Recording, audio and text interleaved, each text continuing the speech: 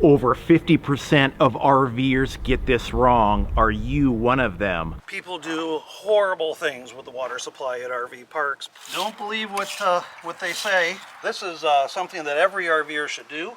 Full-timers should do this 4 times a year. Okay. Everybody else, twice a year. That is the perfect place for molds and mildews to be growing. Nobody wants to be drinking that kind of stuff. There's some over-the-counter stuff at RV dealers that they're selling. Sure.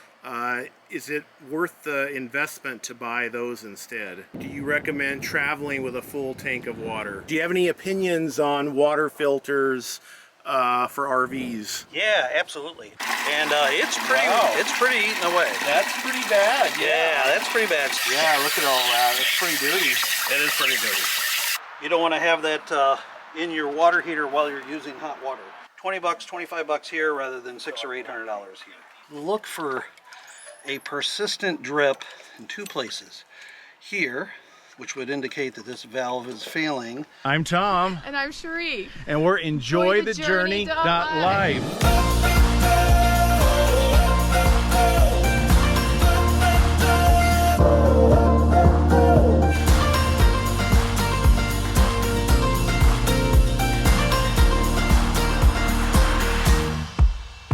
RV camping season is here. This video is your ultimate guide to freshwater systems in an RV, plus all of the mistakes that you're making with your water systems, including your water heater, your tanks, and cleaning and sanitizing all of these systems. Let's face it, your friends and family are counting on you for a fun RV trip.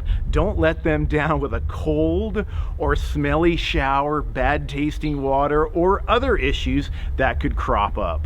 So we've cleaned out the holding tanks, and as a part of our service we do a complimentary flush and cleaning of water heaters. If it's an on-demand like a Truma or an Aldi or an Oasis or an AquaHot, that's something we don't deal with, but one of these more traditional ones, we definitely do that as a complimentary or added service for you. There are primarily 3 different brands of traditional water heaters. This is the first. It is a suburban water heater. These tend to be larger. It is a steel tank that is lined in either glass or ceramic. So it's fairly resistant to corrosion. The second kind type is an Atwood water heater. That is an older type. They tend to be a little smaller. They are an aluminum tank, and you know that you've got one of those when the drain hole or the drain plug is a little nylon kind of hex nut. So that's an Atwood type. They are an aluminum tank, and they are very resistant to corrosion. And then the last kind is a Dometic tank, and Dometic actually bought Atwood and now has branded them as Dometic tanks. Those are either the aluminum like the Atwood, or the newer ones are actually a plastic tank. But they too will have a nylon nut here. This again is a Suburban. Behind this metal nut is a Anode. It'll look pretty much like this when it's brand new. This particular one is an aluminum anode, so the purpose of an anode is to act as a sacrifice. So water likes to react with metal, and what we do is we put a more reactive or a softer metal as an anode in there, and the water interacts with this first rather than the surfaces within a water heater. So we would rather have it eat up this $20 or $25 anode, the water, than interact with the surfaces in the tank, and then you might have to have a tank failure and then a complete replacement. So 20 bucks, 25 bucks here rather than $600 or $800 here. Okay. So we've asked the owner if he has turned off his water heater. Yes. And that's important because once we drain the water out of here, we do not want the heater to attempt to fire up. If there's no water in there, it'll burn out the element. So this is something that every RVer should do. Full-timers should do this 4 times a year. Okay. Everybody else, twice a year. So this is a very simple cleaning process. Just empty up, make sure the water is off, make sure the water heater is off as well.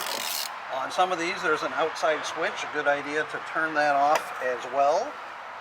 And then this pressure relief valve up here relieves the pressure in the tank.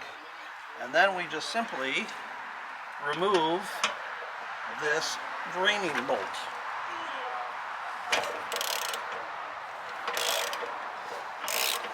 And then look out so you don't want a hot shower. Yeah, I'm going to quickly move out of the way here because it's going to come out pretty fast at me.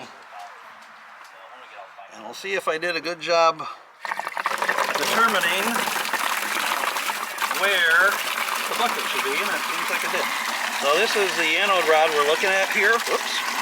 And it's pretty eaten away. That's pretty bad. Yeah, that's pretty bad. So I would probably recommend that we replace this with a new one.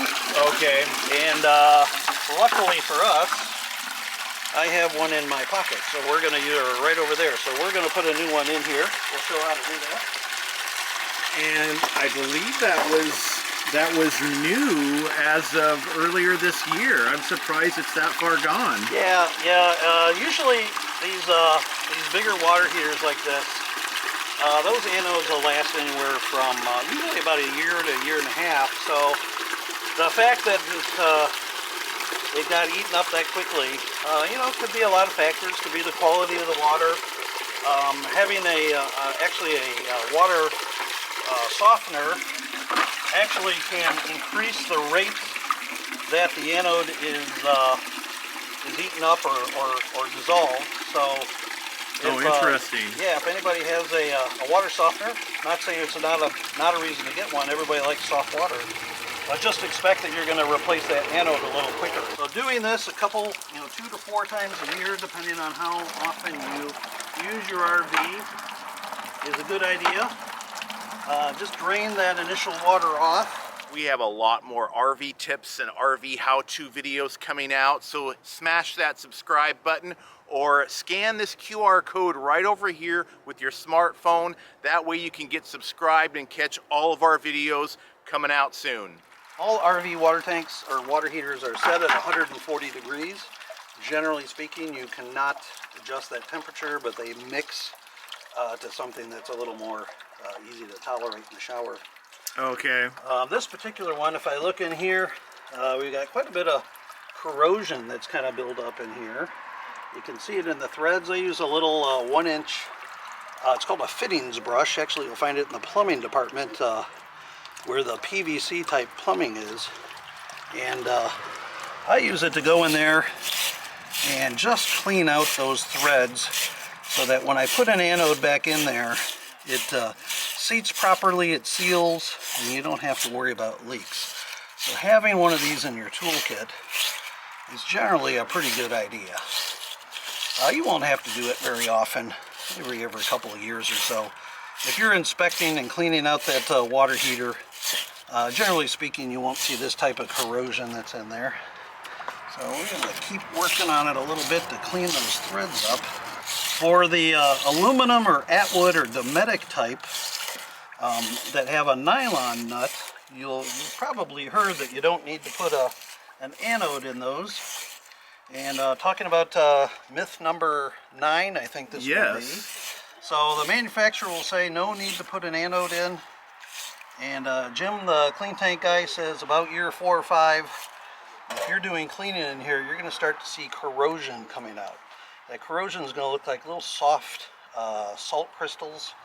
A lot of people think that it's a calcium buildup. It's actually not, but if you start to see that coming out with some prevalence, then you actually can get an anode that fits the smaller Atwood aluminum tanks, and it's a magnesium anode. Magnesium is much softer than aluminum, and you can put that in there in place of that nylon plug, and that will help to prolong the life of your water heater. So don't believe what they say. If you do put an anode in within the first 2 years of a new water heater, an Atwood one, it will void the warranty. So make sure you're waiting at least 2 years. In my experience, it'll be about year 4 or 5. As you're getting ready for this RV camping season, are you still sleeping on the original mattress that came with your RV? Or are you dreading sleeping on your current mattress? That's why the #1 upgrade that Cherie and I recommend for your RV is to replace your mattress with an RV mattress by Brooklyn Bedding. And in case you don't already know this, most RV manufacturers put a thin and cheap mattress in their RV when they're brand new just to save money. But you need a great night's sleep in order to have the energy to go out adventuring the next day. And let's face it, everybody's going to be a lot more happy with more sleep. Here is how simple it was to replace our old mattress. What in the world? Surprise! Tom, if it's something big, we don't want it. It's a new mattress. Oh, really? Yes. Tom, why? Just why? I don't understand. I've been doing all these RV tours with other RVers, and like nearly all of them have been raving about RV mattress by Brooklyn Bedding. I was going to say, you've lost your mind. So, are you excited to try this out? Let's do it. All right, let's get the old one out of there. Ready?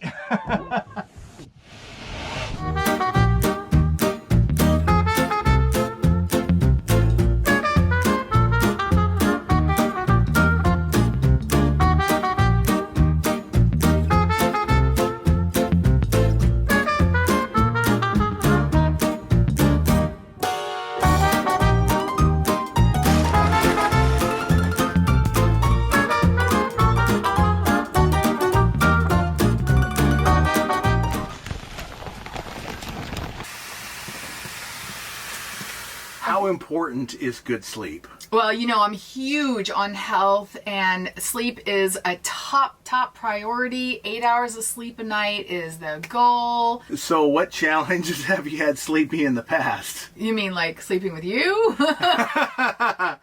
Hey now. Or are we talking about mattresses and beds? Yeah, like mattresses. Yeah, well, you know, I've had back surgery, so, you know, I have to be really careful with my back, and I like to have a nice mattress that, you know, is good quality and, you know, good sleep and not wake up achy. So, I like a good mattress. So what do you think of it so far?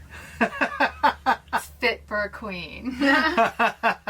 Yeah, I guess the true test will be tonight, huh? That was over 2 years ago, and last night I slept a solid 8 hours on our RV mattress by Brooklyn Bedding. It was amazing. I'm getting great sleep. I'm in better overall health. I'm even lost a few pounds. We've had our RV mattress by Brooklyn Bedding for over 2 years now. And from the very first night, it was like magic. I slept all night long, and it's like the perfect combination of firmness and softness, and keeping us at the right temperature. The technology that goes into these mattresses is really incredible. And that's what's cool about RV Mattress from Brooklyn Bedding. They have all of these choices so you can pick the perfect mattress for you. Cherie and I went with the Aurora Luxe Queen Firm mattress from Brooklyn Bedding to meet our preferences for firmness and also to fit in our RV. With your RV mattress from Brooklyn Bedding, you get a 120-night sleep trial just to try it out, a limited lifetime warranty, and if you live in the US, free shipping right to your door. Plus, Brooklyn Bedding mattresses are designed, assembled, and shipped right from their factory in Arizona. We love our RV mattress from Brooklyn Bedding, and we think you would too. If you need a new bed, go to rvmattress.com. You can click on the link below or go to rvmattress.com/enjoythejourney and save 30% off with the code EnjoyTheJourney. Now let's get back to Jim and getting your RV ready for some adventure. I use a water heater pipe cleaner, and you can get these online, and that just kind of helps to clean out the threads in there. If you want to, you can stick your finger in there and you can feel the stuff that's inside. Oh, It's yeah. kind of like a gritty kind of sand. Yeah, I guess you can kind of see that coming out right here, right? Yeah, that's not actually corrosion. That's just the anode dissolving. Okay. So there's nothing wrong with that in there. It's just we want to make sure you get it out, because you don't want to have that in your water heater while you're using hot water. Okay. So we're going to take our water heater flush wand here. And I always like to use a sanitary hose. That's why I use the blue one. You would never use the hose that you use for your black tank flush here. This is Okay, right. This is water that you potentially could be drinking or exposed to, so we want to use as much sanitary products as we can here. I take a Lysol wipe, bleach wipe, and I wipe down everything so that it's very sanitary. And we're just going to go ahead and stick it in there. And before I do that, you'll see that it kind of dips down. Right. So your water heater bottom is right down here below the drain. And when we stick our finger in here, that's that stuff, that sand, Right. accumulates down in there. So this wand is designed to kind of flush it out. And that's what we're going to see here. So I just go in and out, kind of twirl it around a little bit. Okay. Yeah, look at all that. It's pretty dirty. It is pretty dirty. So again, there's nothing wrong with what's coming out here. There's nothing wrong with this water heater. What we're taking out is completely normal and expected. It's just a part of that twice a year or 4 times a year cleaning that we should be doing as RV owners.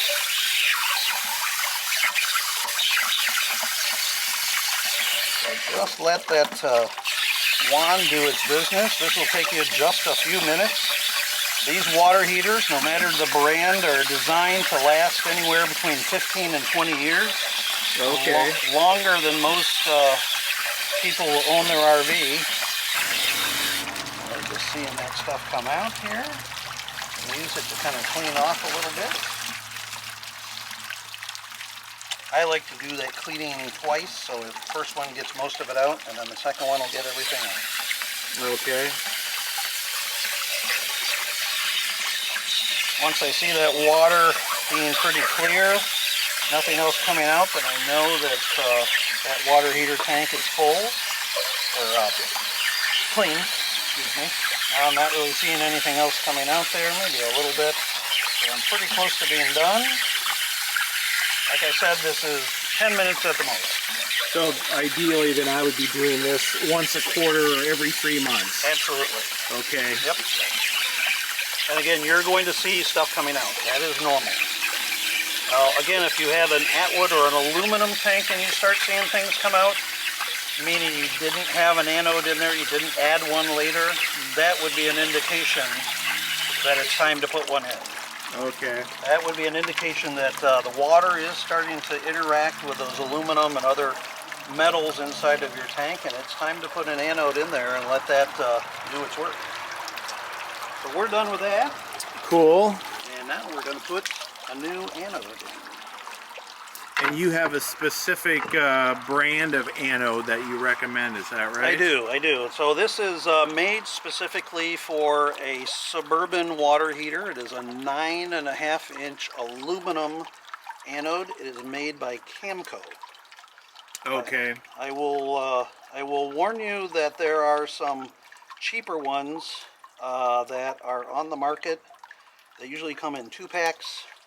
They're considerably cheaper than these, but they tend to be a little bit longer, and when you install them in there, they restrict the flow of water in your water heater. And customers of mine that use those invariably will call me up the next morning and say, we don't have any water pressure, and then I'll say, remember we talked about not using the cheap ones. So this is a place where you don't want to skimp on the expense.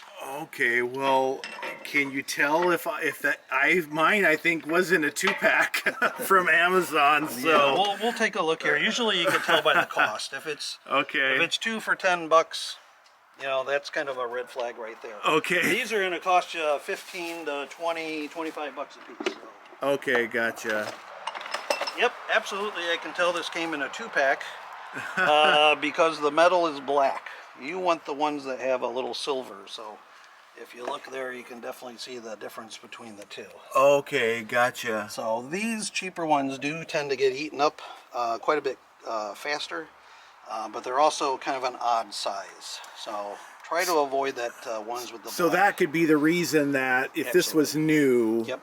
that it just went way too fast. Yeah, these 9.5-inch ones, these Camco ones, for a full timer will last you at least a year, if not a year and a half. So over time, even though you might be tempted to purchase the cheaper ones, you're probably going to end up paying the same amount. So you do get what you pay for. Yes, you do. So you just want to snug it down in there, not too tight. Okay. We're just looking to get it tight there. I put a little plumber's tape on there just to kind of help with the sealing. Okay. And then the last thing that we're going to do is we're going to hook up the water again, turn it on. It'll fill up the tank from the bottom. We keep this pressure relief valve open. It'll drive the air out of here. We'll get a little spurting at the end. We'll snap it shut and give it a press. And then we'll look for a continuous leak here. If there is one, open it up again and give it another press. Might have to do that a couple of times. Okay. And then we'll also look for a continuous leak down here. If you find one, you might have to tighten it up or maybe re-thread it. You might have cross-threaded it or something like that. So, but once the leak stops here, or the drip stops here, the drip stops here, you're all good to go.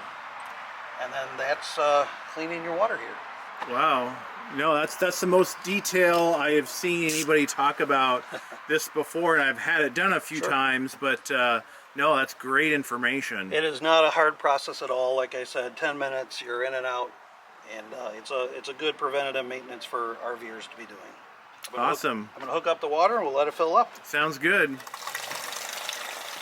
Okay, so we've turned the water back on. It's filled up the tank. We've got the pressure relief valve open, and we see the water coming out here. So we're going to snap it closed and give it a press. Okay. We want to look for a persistent drip in two places. Here, which would indicate that this valve is failing, and here, which would indicate that this connection is not tight enough. So up here, a couple of drips. I wipe them off.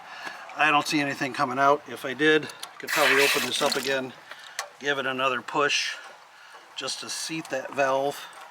And okay. Down here, I don't really see any drips either, other than the first one or two, so that's in there nice and tight.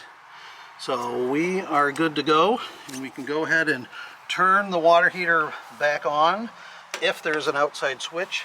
Okay. You as an RVer could go ahead and turn it on inside. Okay. Your water heater is ready to use again. Okay, great. So that's it. So just put the cover on and we're done here. Today it's about cleaning your freshwater tank. Yes. Which is super important because we all drink water and we got to shower, we got to have a lot of water when we're RVing. But this is a step I would say a lot of RVers make mistakes with, right, Jim? Yes, absolutely. And if not done properly, it can make you sick. Sure can. So we don't want to do that. We want to make sure you are happy, fun, healthy out there while you're RVing. So, well, let's get started, huh, Jim? Sounds good. All right. Okay. So Jim, why should an RVer have to sanitize their freshwater tanks? Sure. So those tanks are pretty big. Generally speaking, they are the combined size of your black and your gray tank. Not always true, but in general, they are the biggest tanks that we have. They have a lot of water in there. There's a lot of moisture, and generally speaking, they are warm or even hot.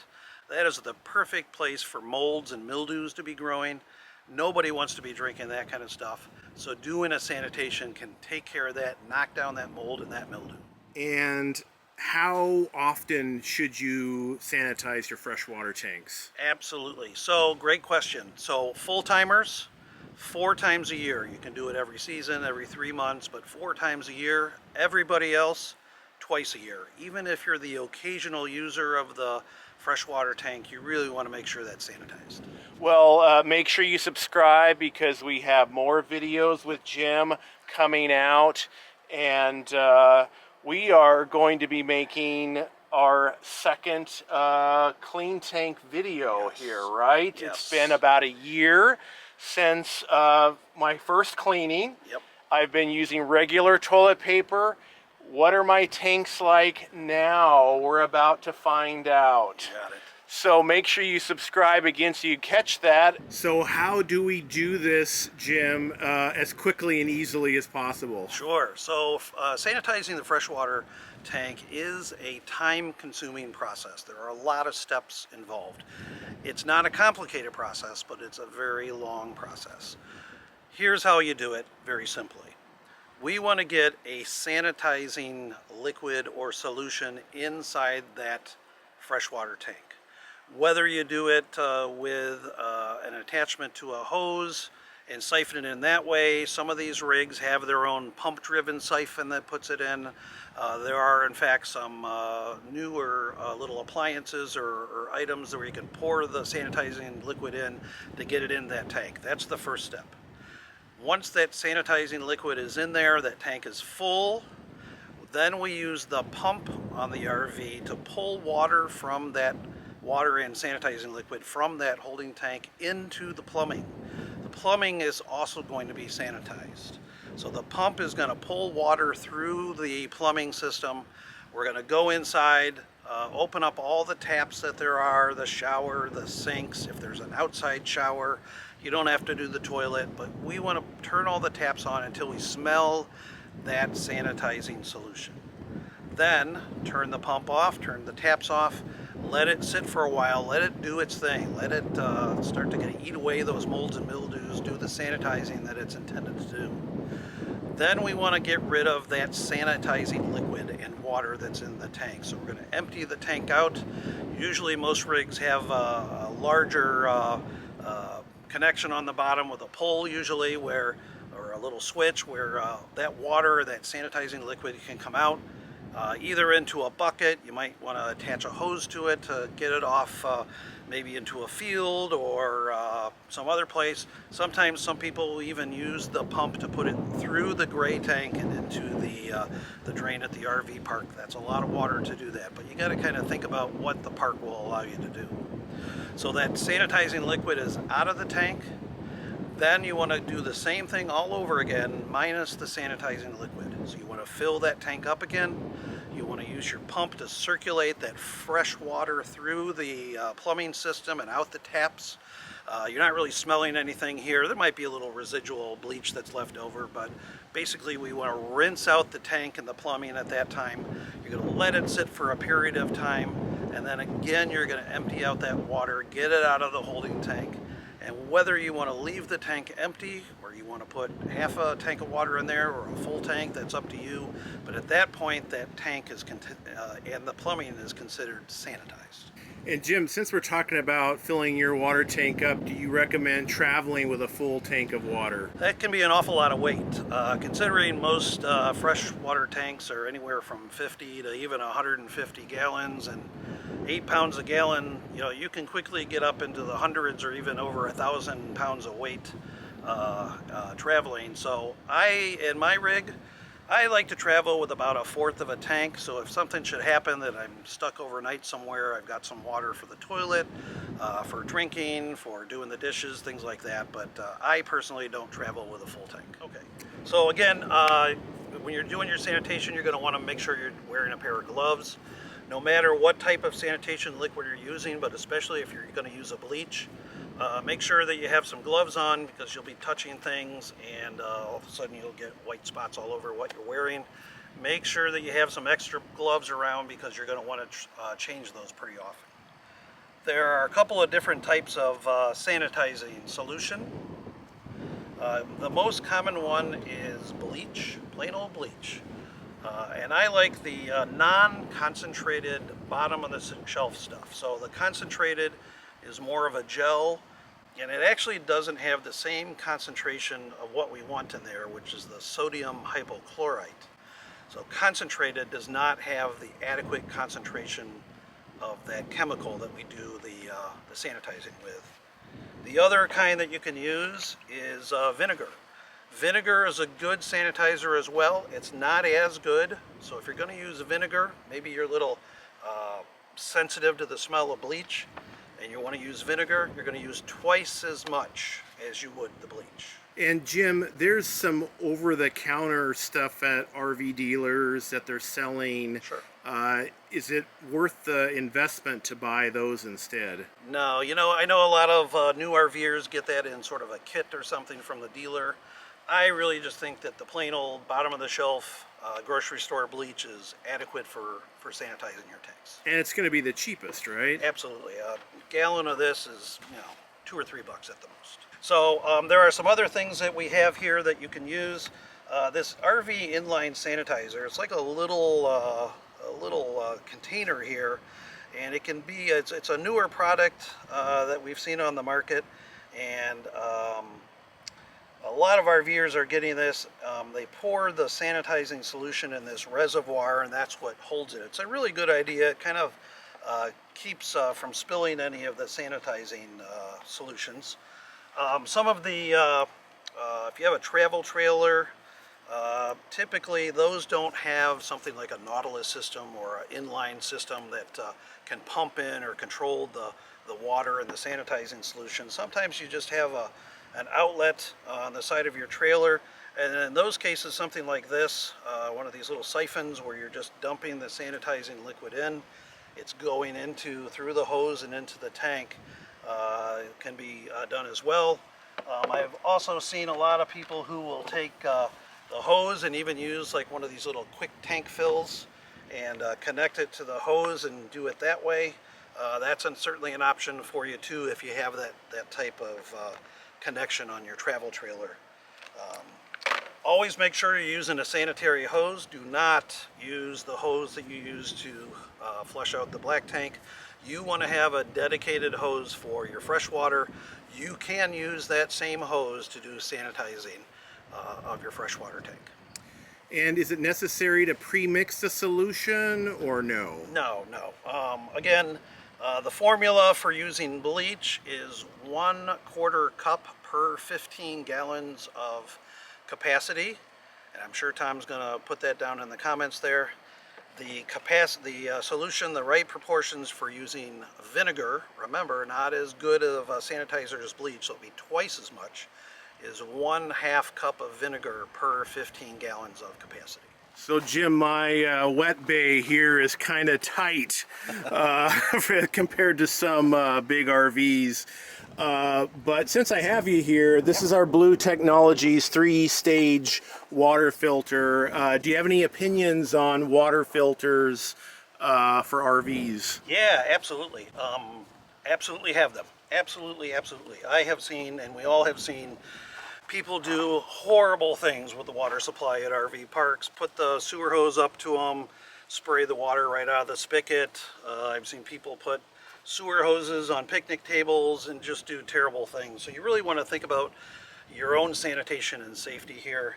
A filtering system like this one is fantastic. In fact, that's the one that I'm moving to personally on my RV very soon. So I highly recommend a filtering system. Yeah, this is the Blue Tech R3 here. It's a lot smaller than some of the other 3-stage units on the market. And so we will have a link down below for that one, as well as some of the other products that we're talking about. Absolutely. And I'm going to go ahead and pull it out of the way. There we go. And you can use it outside like that, which I've done. I've got this simple little lock here. I lock it under 1 foot of the leveling system. But it just works easier for me to have it sideways up here in the wet bay. Okay, as I said, you want to make sure you're using a sanitary hose, not the one that you use to do the flushing on your black tank. So we've got a blue sanitary hose that we use for servicing water heaters and for freshwater sanitation. You want to make sure that everything you are doing is sanitary, so take a wipe, a sanitizing wipe, and make sure that all the fittings are wiped down adequately, just to do an extra step to keep things nice and sanitized. Obviously everything we're trying to do at this point, we are trying to keep sanitary, so we go the extra effort, and I would suggest that you do that as well.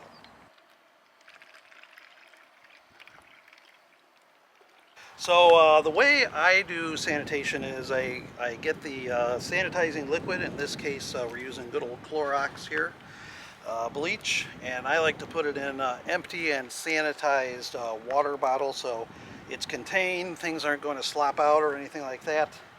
And then what we do is we use one of these neat little brass siphon kits here, and the water through your blue or otherwise sanitary hose goes in this way, and you've got a shorter hose going out this side into the rig. And the siphon, just simply the hose goes down in here, and the pressure of the water will actually suck the bleach or sanitizing liquid up into the water stream and into the rig and into the freshwater tank. Yeah, that's a method I haven't used yet. Yeah, this there are different ways you can do it. You can pour the bleach into the hose. You can use one of the kind of bigger traditional more plastic siphons to do it, but I found that this is a really good solution. It does tend to keep the mess down, especially if you're using bleach or something like that. It does keep it contained. Just need to make sure that you're taking the adequate precautions. Again, sanitizing everything as you go, so you're going to want to wipe this down with every use. This is a brand new one too. Okay.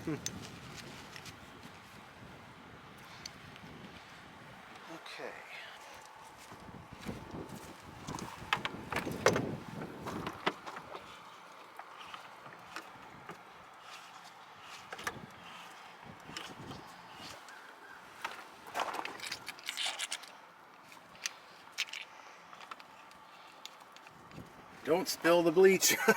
No. I have countless shirts and shorts and shoes that have white spots all over them. So we've set everything up here. We've got our siphon inline. Again, you don't have to go to this extent. Some people will take the bleach and actually pour it into a empty hose and then connect that up to your system here. You can use one of those little inline reservoirs. There's a lot of different ways to do it. Some of these systems actually even use the pump to fill the freshwater tank as well. In this particular type, and this is pretty typical of most fifth wheels and even some coaches, they have this sort of system here with a variety of different levers. They'll have a little illustration, and you just want to make sure that you're picking the one that power fills or fills the freshwater tank. In this case, we call it power fill in this particular system, so it's got the white sideways, the blue sideways, the black sideways, the red up, and the green down. And these little levers just change the internal structure of this pumping system here from dry camping or city water to a winterizing system, sanitize, whatever you want to do here. So we're going to use the power fill the tank here. You can also use the sanitize, which would siphon things into the tank with the pump. But today we're going to use the power fill. The pressure of the water is going to drive the sanitizing liquid in.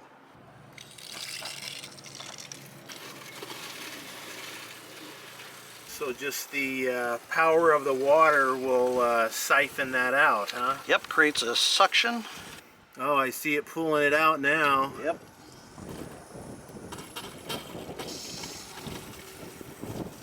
See the volume of the bleach in this case, that's our sanitizing liquid, is going down pretty quickly. So this is being pulled or dragged by the water into the freshwater tank right now. And in this case, the size of your tanks meant that we're using about 20 ounces of sanitizing liquid, bleach in this case. So 2.5 cups is the correct proportion for your size. Again, the formula is 1/4 cup of bleach to every 15 gallons of capacity. If we were using vinegar, it would be 1/2 cup to every 15 gallons. And it's probably important to mention that we did bypass the water filtration system for this. You don't want to send that through your water filtration system, right? Absolutely. The siphon has taken everything out of that bottle. So now what we're going to do is just, in this case, again, Not what you have to do, but you do whatever method you want to use to get that bleach in there. I'm going to bypass the siphon. Once the sanitizing liquid is in the tank, the next important thing to do is just to continue to fill that tank up until it overflows. Most RVs have some sort of overflow valve, usually underneath the rig, and we're going to continue to fill up this freshwater tank until it starts to spurt or come out, and then we're going to stop. At that point, the freshwater tank is full of water and the sanitizing liquid. Yeah, the back one's going right there. I guess we gotta wait for the front one, huh? If they're both tied together, then they're both probably filling up. They're both probably full. Oh, I think I hear it now. Yeah, there it goes. All right, so those tanks, in this case you got two tied together, are full, and there's water coming out of the overflow, which is what we want.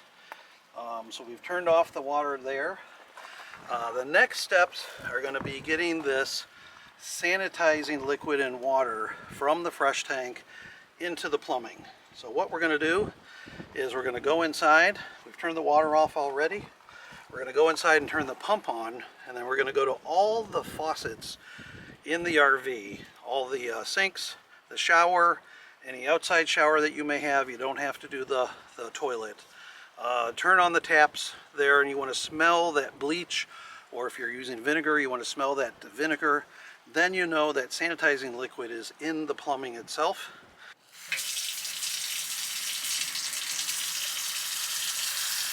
Oh yeah, I can smell the bleach now. Head in the bathroom here. And I can smell the bleach in here now as well.